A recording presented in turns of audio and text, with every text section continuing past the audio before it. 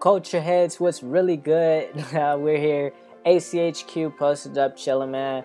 You already know, all day, every day.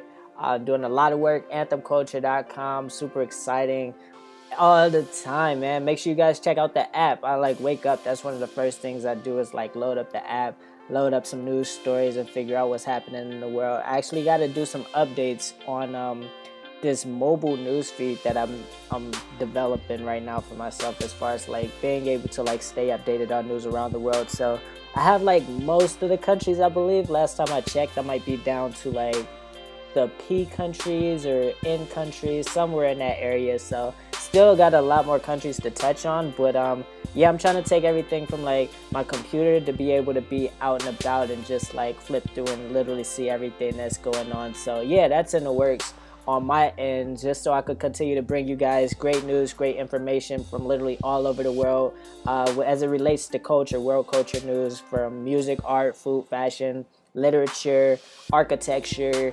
What else we got? A lot of stuff, man. Sports, all of that good stuff. So yeah, make sure you continue to check out Anthem Culture. Tell a friend to tell a friend to tell a friend to subscribe to us. Check out all the content that we've been putting out. It's really been crazy.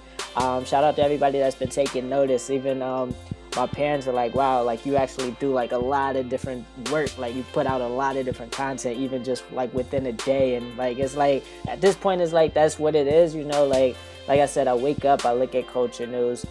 Throughout the day, I'm learning, reading about culture all the time. So, you know, it's just a natural part of the progression of life for me, I guess, as in my own self-development. So that's what it is, man, Anthem Culture. So you guys are getting the very best of all of that. So I try to provide you guys with enough information just so you're abreast of what's happening in the world, just so you could touch down in a lot of different random countries, whether you want to hit one of the events that we talk about or further your research on your own into it. My sister actually got a degree in anthropology, so she tells me all the time, why didn't you study anthropology? That's what you do. But I don't know.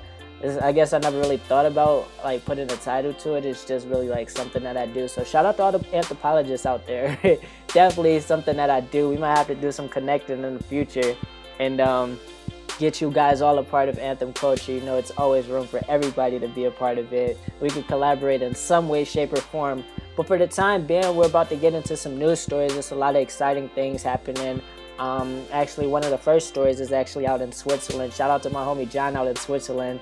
And it's crazy. I just talked to him today, and we got a story about Switzerland. So yeah, this photographer by the name of Face Hunter.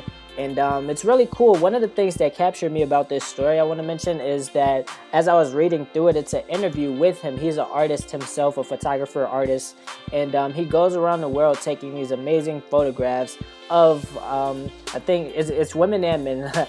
It's a lot of women photos as well. But yeah, he does incorporate men in it too. But he really wants to capture the essence of the culture. And one of the ways he does that is through fashion. And he mentioned a lot of it, that he goes to a lot of places most people normally wouldn't venture out to, most people wouldn't travel to, especially for tourism and vacation, and really capture the true essence of the culture. So even just in the photos, you get a sense of, I guess, the surrounding environment that they're a part of, the different type of styles and fashion. And he even says that fashion is one reflection of one's true self, just because, you know, it's when they're in their room getting dressed, you know, that's their own thinking as far as what they want to dress, and even it being influenced by the things that they see every day. So it's pretty cool, all of the photos that he has. He really wants to showcase the creativity that you see around the world to the rest of the world, where you normally wouldn't get that sort of viewpoint. I know you hear a lot of different stories and stuff, so he wants to change all of that through his photos. So he's doing a great job. So you can actually check out a link to the article right on anthemculture.com. Check out the photos. And he says his real inspiration is just to showcase culture, essentially. So shout out to Face Hunter for doing that out in Switzerland. And I'm sure you guys get to hear a lot more about that. You could check him out on all of his social media accounts and stuff. So all his information right on anthemculture.com. So make sure you stop by there and read that. Jumping over to Turkey. Turkey is actually, when I was really, really, really young, I used to think turkeys were taking over the world. Super random, right? Just because I was wow, they even have a country now. But one of the crazy things is they actually have a really big food culture out that way. So one of the cities is Sanliurfa, is actually working on becoming one of the UNESCO cities when it comes to gastronomy. So they're actually like submitting a lot of their like staple dishes out that way into, I guess, like the submission offices to say like, hey, we want these sets of food to really represent our not only just city but the country as a whole as it comes to just showcasing the Turkish culture. So they're currently in the works for that. So they actually have like a lot of different dishes that are popular for it. And I know even like as reading through the article, towards the end of it, they actually put like 3 or 4 of their main dishes that are being submitted. And you get to learn more about like as far as like what's in it and descriptions of like what it tastes like. And one of the great things is, I mean, just from reading through it, like it's all in Turkish as far as like what the actual food is called. So I'm not even gonna attempt to try that. I have to brush up on my Turkish. You know, it's been a while since I've spoken some Turkish, right? But you can see some of the pictures out here, and even like some of the pictures like as they're making it. And don't look at it when you're hungry, because it's definitely gonna make you hungry. I mean, I just ate and it still looks good. It's like, okay, if somebody put that right in front of me, I could definitely like eat a whole plate of it. So make sure you check those pictures out on anthemculture.com and read through as far as like everything that they're gonna do. And if you've had some Turkish food, I'm sure you could relate to how good it is, right? So I don't think I've had any Turkish food, not in recent memory, but I definitely want to try it after reading this. You know, it's crazy to think about like the various food cultures from like all around the world. So shout out to all the foodies that go on like food tours in various countries and just go around exploring all of the like top foods. I'm gonna have to do that one year, just like take a whole year and just go check out like the best foods in like all the different places. That would be pretty cool. That's a new idea. I'm gonna have to write that one down. So yeah, make sure you check that out on anthemculture.com, man. Let me know what you guys think of it. Jumping out to Southeast Asia, we bring ourselves to Singapore. They're having a literature prize, man. Shout out to everybody out there doing their thing when it comes to writing, all of the authors. But this prize is actually a competition that they hold biennially biennially for Singapore citizens. And one of the crazy things is actually like they have 4 official languages: English, Chinese, Malay, and Tamil. So all of these languages are being incorporated into the literature prize. So they're gonna award $10,000 US dollars. Keep that in mind. $10,000 to all of the winners in each one of the 4 languages. So everybody get their best pen and story writing skills together and submit something for that. Only if you're a citizen of Singapore, though. Those are the only people that, or if you're a permanent resident, you know. So if you want to move out there, grab an apartment, grab a house, and stay there for a second, and then submit something just to get the $10,000. By all means, go try it out. Let me know if you're successful in that. I might have to join you out there for the next year, and then we all be out there.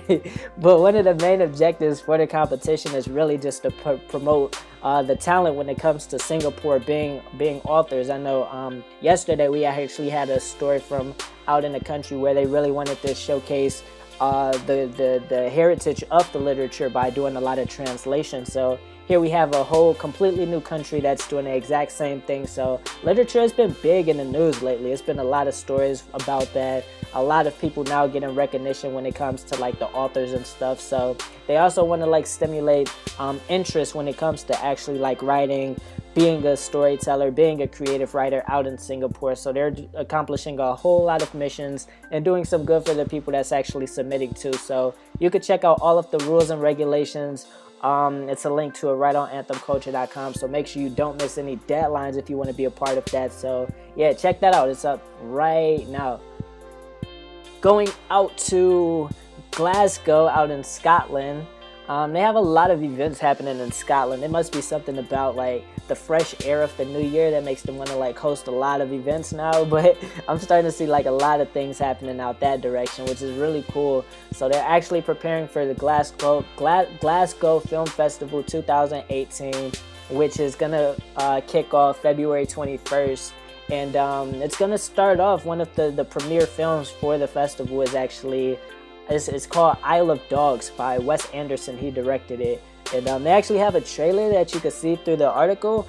And yo, it's something crazy about like the way that, like, it's a cartoon of course, but just I guess like the rendering of the actual dogs, it's an interesting story I'm gonna get into in a second, but just the way that they animated the entire thing, it's completely different. It's not like a typical cartoon, but it blends in a lot of like real life characteristics to it, and even just like the sort of like cinematography that they added onto it is really creative. So it's really about jumping into the future. Out in Japan, they have like this entire island that they store a lot of trash on. So I'm sure they're doing something with the trash and why it's on the island, but some of the trash, some dogs end up in the trash. So now it's like a whole group of dogs that's like running this entire island. And one boy just happened to lose his dog, which is always the case, right? And he goes looking for the dog, ends up on this island. He like steals some like military plane, flies out there, and he goes on an entire adventure with these dogs.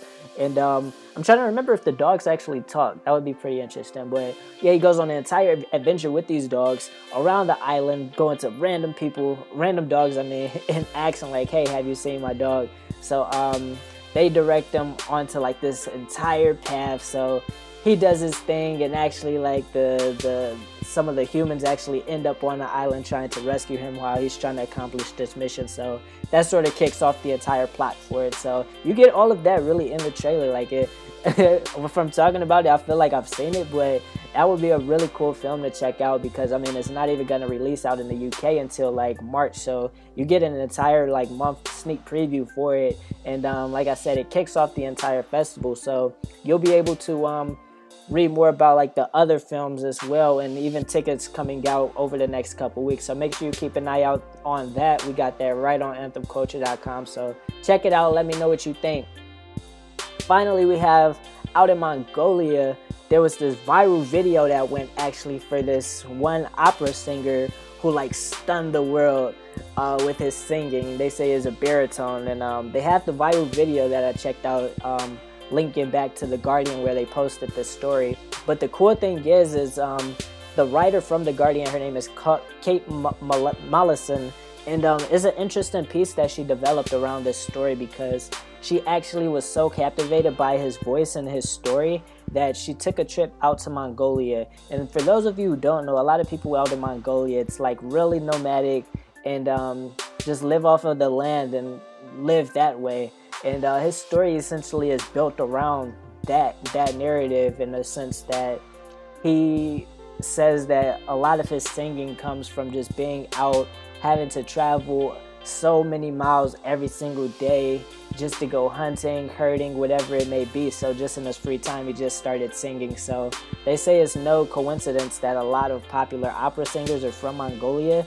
And even it talks, jumping way back into the country's origins, how it was heavily influenced by Russia and China, and they really wanted to set themselves apart just by any means necessary. So they said opera singing was something that they found that they had an upper hand with, just because they had the time and the space to really just like practice singing as much as they went without having too many other influences on them. So that really developed into getting them some national attention, international attention. So they're continuing to build that up and say it's an important part now of the culture. So as much publicity as they begin to get, thanks to opera singing, it's really just a overall goal of showcasing the culture of Mongolia, and even it's developed from a lot of stories of that they experienced just living out in Mongolia. So the cool thing is that the winner of this competition, actually, he says that he doesn't have any plans on leaving Mongolia,